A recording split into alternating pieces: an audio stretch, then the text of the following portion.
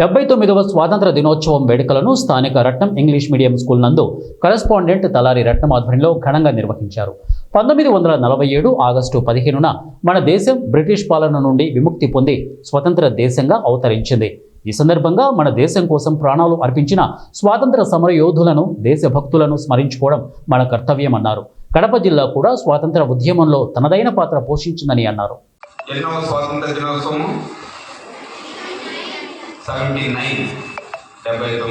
స్వాతంత్ర దినోత్సవం దాదాపు 200 సంవత్సరాలు విదేశీ పాలనలో ప్రగిన మన భారతీయులు ఎందరో ప్రాంతత్యాగ ఫలితమే ఈరోజు మనం అనుభవిస్తున్న ఈ స్వాతంత్ర్యం.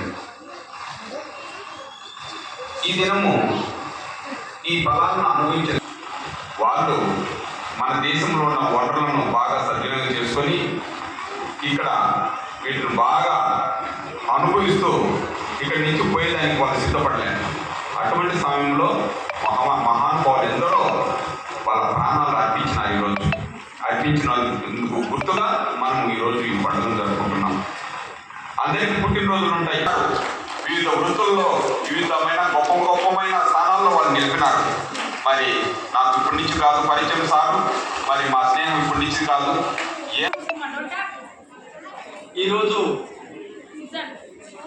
ఈ వ్యవస్థలో కొనసాగాము. కాకపోతే కొన్ని అనివార్య కారణాల వలన 5 సంవత్సరాలుగా నేను ఈ వ్యవస్థకు దూరంగా ఉంటున్నాను.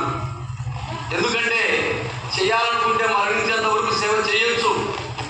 ఆరోగ్య రీత్యా, వయస్సు రీత్యా ఆరోగ్యంగా ఉన్నప్పుడే, సమాజంలో విలువలు పడిపోకుండా ఉన్నప్పుడే, మనల్ని గౌరవించే స్థాయిలోనే మనం ఈ విద్య నుంచి, ఈ పాఠశాల నుంచి దూరంగా ఉంటే బాగుంటుందని నేను నిర్ణయం తీసుకోవడం జరిగింది.